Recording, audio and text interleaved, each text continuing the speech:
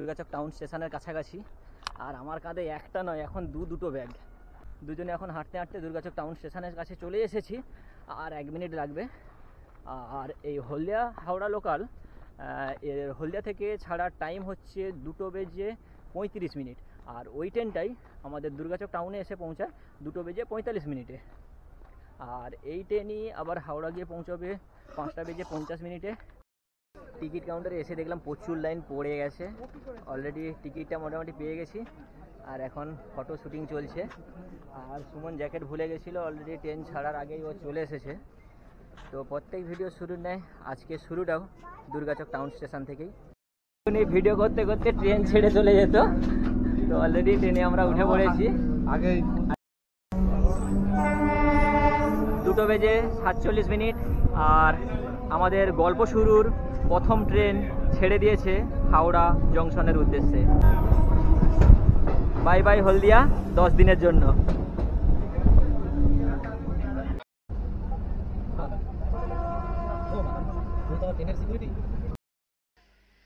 Train এখন এসে দাঁড়িয়েছে রাজগোদা আর ভোগপুরের ঠিক মাঝখানে। এখান থেকেই বাইপাস হয়ে ট্রেন যায় পাঁশকুড়া, কিন্তু আমাদের এই ট্রেন পাঁশকুড়া যাচ্ছে না। ট্রেন দাঁড়িয়ে গেছিল, এখন সিগন্যাল পেয়ে গেছে, তাই এখন ট্রেন পাঁশকুড়া না গিয়ে যাবে ভোগপুরের উদ্দেশ্যে। তারপরে ভোগপুরের পরের স্টেশন হচ্ছে মেছেদা।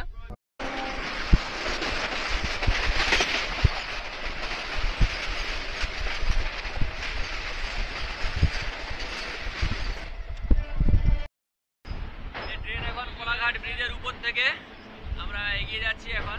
আর এই ট্রেনটা কিন্তু রাজগোদা বেরোনোর পর গ্যালোপিন হয়ে যায়। মেছেদা দাঁড়িয়েছে, এরপরে আর কিন্তু কোলাঘাট দাঁড়ালো না।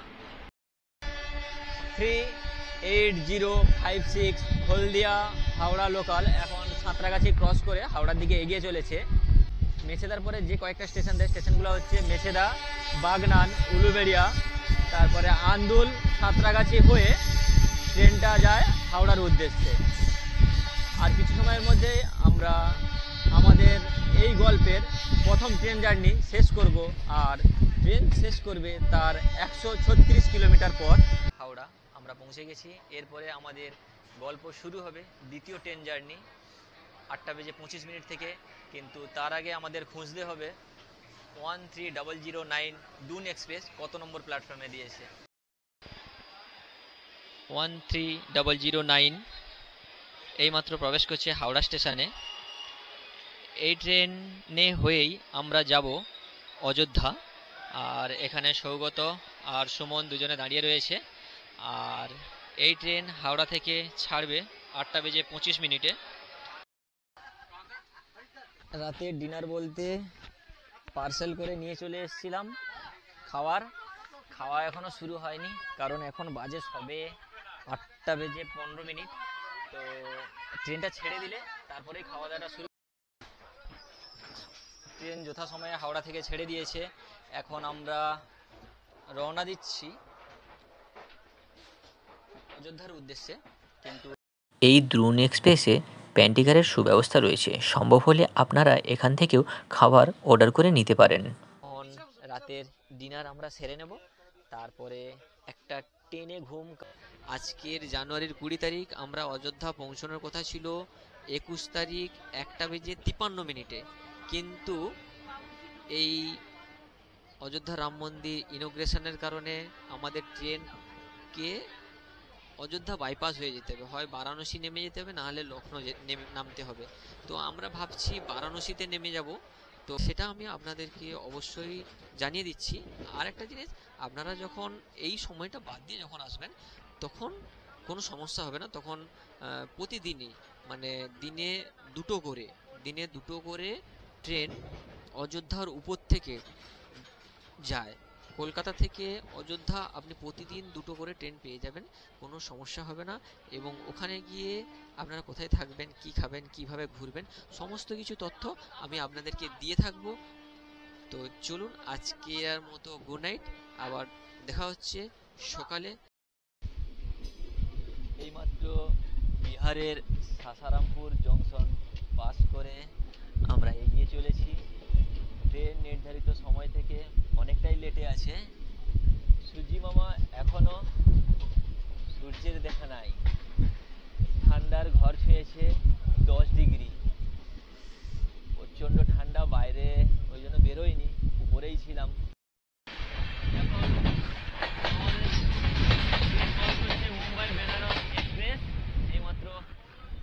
চলে গেল।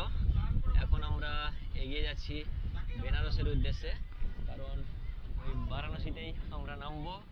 নির্ধারিত সময় থেকে অনেকটাই পিছিয়ে আছি।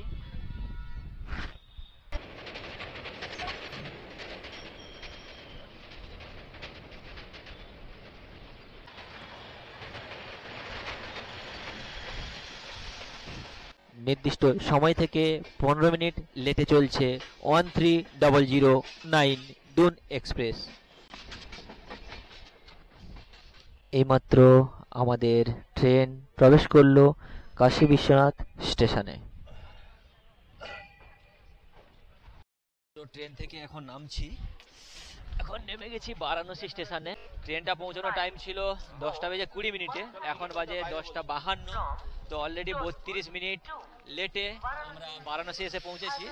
তো এখান থেকে আমরা আবার টিকিট কাউন্টারে যাব, কারণ ওখান থেকে সুলতানপুর যাওয়ার জন্য আমাদের টিকিট কাটতে হবে। চলুন এখন স্টেশনে যাই, গিয়ে টিকিটটা কাটি। চলুন।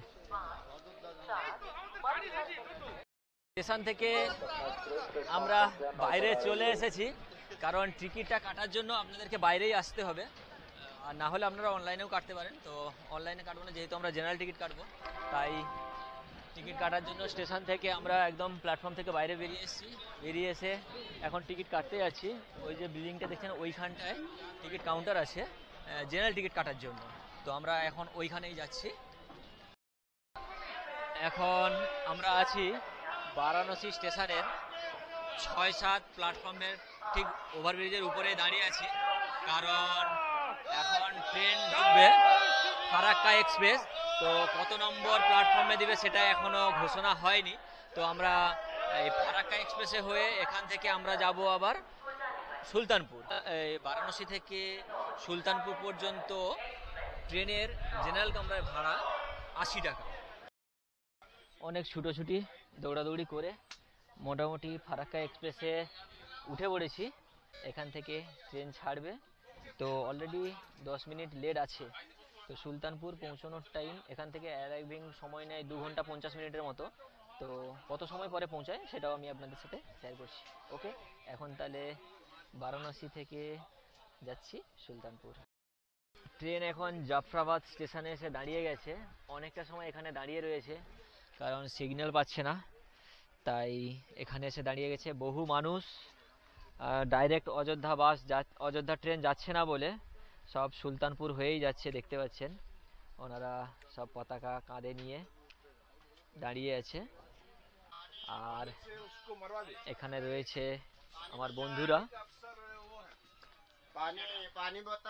ট্রেনের মধ্যে আমরা বেরিয়েছিলাম 3 জন, পরিচয় হয়ে গেছে। এখন আমরা একসাথে আছি এখন 7 জন। এরা মুর্শিদাবাদ থেকে আসছে, 2 জন মুর্শিদাবাদ, আর একজন ছিল হাওড়া, আর এখানে একজন কাকু ছিল, ওনাকে আগে ওনাদের সাথে মিট করিয়ে দিয়েছি। উনি হচ্ছে শ্যামবাজার থেকে। এই মাত্র ফারাক্কা এক্সপ্রেস সুলতানপুর এসে পৌঁছালো। পৌঁছানোর টাইম ছিল 2:05, আর অলরেডি 1 ঘন্টা 30 মিনিট লেটে সুলতানপুর এসে পৌঁছালো ফারাক্কা এক্সপ্রেস। এবার এখান থেকে আমরা স্টেশনের বাইরে যাব, গিয়ে ওখান থেকে দেখি কিভাবে যাওয়া যায় অযোধ্যা, সেইটার ব্যবস্থা করব। চলো এখন স্টেশনের বাইরে যাই। রাম মন্দিরের উদ্বোধনের যে একটা উচ্ছ্বাস, সেটা এখানেও ধরা পড়ছে কিছুটা। দেখতেই পাচ্ছেন সুলতানপুর স্টেশনটাকেও সাজিয়েছে, আর বহু মানুষ এই সুলতানপুর হয়েই অযোধ্যা যাওয়ার প্ল্যান বানাচ্ছে। তো সেমভাবে আমরাও যাচ্ছি। তো সামনে আমাদের সাথে ট্রেনে আস্তে আস্তে অনেকের সাথে পরিচয় হয়ে গেছে, এখন ওনারা আমাদের সাথেই রয়েছে। স্টেশন থেকে বাস স্ট্যান্ডে যাওয়ার জন্য হেঁটেও যেতে পারবেন, কিন্তু অনেকটা রাস্তা, তাই আমরা একটা অটো নিয়ে নিলাম। টোটোতে হয়ে এখন যাচ্ছি, আর টোটো ভাড়া 10 টাকা। মানে প্রচুর প্রচুর মানুষ এসছে, প্রচুর মানুষ, যেটা সুলতানপুর স্টেশনে এসে আমি বুঝতে পারছি যে ট্রেন ডাইভার্ট করে দিলেও তো কি হয়েছে, মানুষের আবেগ আর উচ্ছ্বাস কমবে না। মানুষ যদি চিন্তা করে নিয়েছে অযোধ্যা যাবে মানে যাবে। বাস টোটালি বন্ধ, সুলতানপুর থেকে বাস টোটালি বন্ধ। আমরা টোটো বুক করে নিয়েছি। কতদূর যাবে জানি না, বললো অ্যাপ্রক্সিমেটলি 10 কিলোমিটার বা 20 কিলোমিটার যাবে। তো এইভাবে অযোধ্যা যতদূর এগিয়ে যাওয়া যায় আমরা যাব, কারণ এখান থেকে অযোধ্যা 64 কিলোমিটার। তো এইভাবে যে কোনো করে মোটামুটি আমাদের অযোধ্যা পৌঁছতে হবে।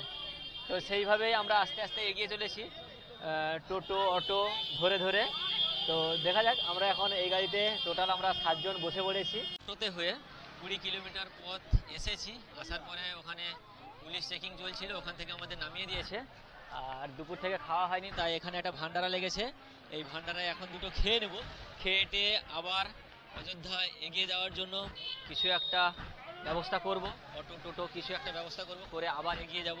চলুন যেভাবে যাই মোটামুটি আপনাদেরকে পুরো ফুল ইনফরমেশন আমি দিয়ে থাকবো। চলুন এখন খাওয়া দাওয়া করে নিই। সঙ্গে কি পুরি, ভান্ডারায় দিচ্ছে পুরি, পুরি আর আলুর দম। এখন আমাদের সৌগত ভাই নিয়ে নিয়েছো? সুমন খাচ্ছে।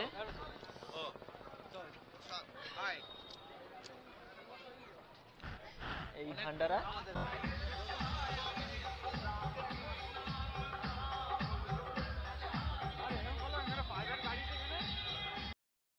পুরো ফাঁকা রাস্তা।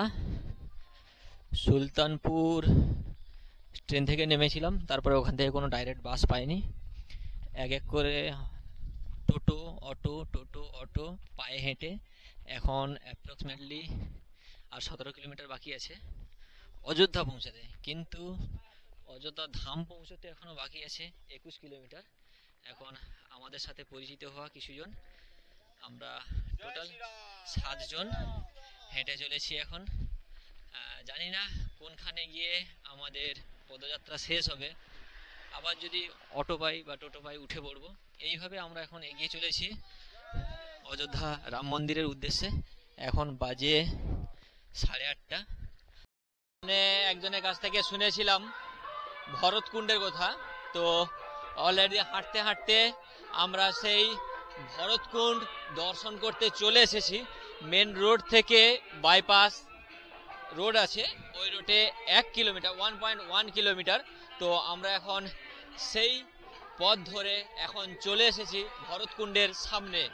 এই দেখুন, এটা হচ্ছে ভরতকুণ্ড। ভরতকুণ্ড সম্পর্কে ওই দাদাটা বিস্তারিত জানালো।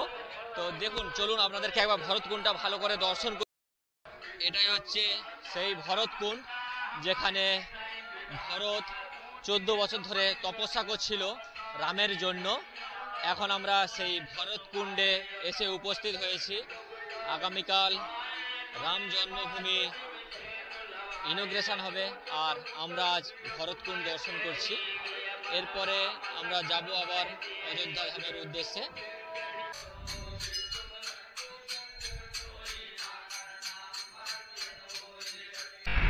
শেষমেশ আমরা একটা ট্রাক্টর পেয়ে গেছি, আর এই ট্রাক্টরে চড়েই এখন এগিয়ে চলেছি অযোধ্যার রাম মন্দির দর্শনের উদ্দেশ্যে। 22শে জানুয়ারি অযোধ্যা রাম মন্দির উদ্বোধন হতে চলেছে, আর আমি এখন দাঁড়িয়ে আছি অযোধ্যার চৌরাস্তার মোড়ে। পুরো চৌরাস্তা এবং ওভারব্রিজ পুরো ফুলে সাজিয়ে তোলা হয়েছে। মোড়ে মোড়ে রয়েছে পুলিশ। আর এদিকে দেখুন, এটা হচ্ছে অযোধ্যা যাওয়ার এন্ট্রি পথ, যেখানে ফুল দিয়ে খুব সুন্দরভাবে সাজানো হয়েছে, লেখা আছে জয় শ্রীরাম। আর এই সাইডে দেখতে পাচ্ছেন, এখানে ফুল দিয়ে রামের মূর্তি আঁকা হয়েছে, হনুমানের মূর্তি আঁকা হয়েছে। পুরো অযোধ্যা নগরীকে ফুলে লাইটে সুন্দরভাবে সাজিয়ে তোলা হয়েছে, দেখতে পাচ্ছেন। আর ওভারব্রিজের নিচেই কত সুন্দরভাবে সাজানো হয়েছে। এগুলো মেবি কিছু সময় পরে হয়তো এগুলো সব সেলফি পয়েন্ট হয়ে যাবে। দেখতেই পাচ্ছেন কত সুন্দরভাবে রং করা হয়েছে ওভারব্রিজের নিচে, মানে সাজিয়ে তোলা হয়েছে পুরো অযোধ্যা নগরীকে সাজিয়ে তোলা হয়েছে। এখানে সম্ভবত একটা রিসেপশন রুম রয়েছে, যেটা হচ্ছে জানকারি দেবে প্রত্যেকটা মানুষকে, জানা অজানা মানুষকে। কারণ সমস্ত মানুষ তো আর অযোধ্যা থেকে আসবে না, সারা ভারতবর্ষ সারা পৃথিবী থেকে মানুষ আসবে, দেখতেই পাচ্ছেন। আর এই রাস্তা ধরে আমরা এগিয়ে যাব। আগের মুহূর্তে রাস্তাঘাট পুরো পরিষ্কার দেখতেই পাচ্ছেন। আর এখানে দেখতে পাচ্ছেন এখানেও শ্রী প্রভু রামের মন্দির সহ রামের মূর্তি প্রতিচ্ছবি আঁকা হয়েছে। অসাধারণ সুন্দর লাগছে। চলুন আপনাদেরকে একবার ভালো করে দেখিয়ে দিই। এই দেখুন, অসাধারণ সুন্দর লাগছে। সামনে থেকে হয়তো আরো সুন্দর লাগবে, আমি একদম সামনে গিয়েই দেখাচ্ছি। আর এটা মেবি হচ্ছে মাল্টি লেভেল পার্কিং এর ব্যবস্থা করা হয়েছে। এই দেখুন শ্রীরামের ছবি, অসাধারণ সুন্দর লাগছে, কালারিং করেছে। আর এদিকে রয়েছে প্রভু রামভক্ত হনুমানজি এবং মন্দিরের একটি ছবি আঁকা হয়েছে পুরো দেওয়াল জুড়ে। দিয়ে তোলা হয়েছে। আর এখানে যে বিভিন্ন বিল্ডিংগুলো রয়েছে সেই বিল্ডিংয়ে রামের ছবি আঁকা হয়েছে অসাধারণ সুন্দরভাবে। এখন প্রায় 2টো বেজে গেছে, বহু দূর দূর থেকে লোকজন এসছে, আমরাও তাদের মধ্যে একজন। এখন বাজে রাত্রি 2টো, আর অযোধ্যা নগরী এখন পরিষ্কারের কাজ শুরু করে দিয়েছে অলরেডি। দেখতেই পাচ্ছেন গাড়ির সাহায্যে রাস্তা ক্লিন হচ্ছে। আর এদিকে দেখুন পুরো রাস্তা খুব সুন্দরভাবে সাজানো রয়েছে, রাস্তা একদম পরিষ্কার চকচক করছে, পুরো ক্লিয়ার, মানে একদম সাফ সুতরা, কোথাও কোনো নোংরা কিচ্ছু নেই। আপনারা সকলেই জানেন 22শে জানুয়ারি অর্থাৎ আজকে এখন বাজে রাত্রি 2টো, আর আমি এখন এই অযোধ্যার রাস্তায় হাঁটতে হাঁটতে এখন এগিয়ে যাচ্ছি সেই অযোধ্যা রাম জন্মভূমির উদ্দেশ্যে। রাত্রি 2:30, আর অযোধ্যা নগরীর পুর নিগম দপ্তর থেকে পুরো পরিষ্কারের কাজ শুরু হয়ে গেছে 22শে জানুয়ারি, আর এখন বাজে রাত্রি 3টা। আমরা এখন এসে পৌঁছেছি রাম জন্মভূমির যে রাম মন্দির যে তৈরি হয়েছে সেই রাম মন্দিরের যে মেন গেট, মুখ্যদ্বার, সেই মুখ্যদ্বারের ঠিক সামনে। এখানে আমার মতো বহু মানুষ, আমি এবং ভারতবর্ষের বিভিন্ন প্রান্ত থেকে বহু মানুষ এসে হাজির হয়েছে সেই 500 বছরের ইতিহাসের সাক্ষী হতে। আর কিছু সময় পরেই সেই ইতিহাস মুছে নতুন ইতিহাস তৈরি হতে চলেছে।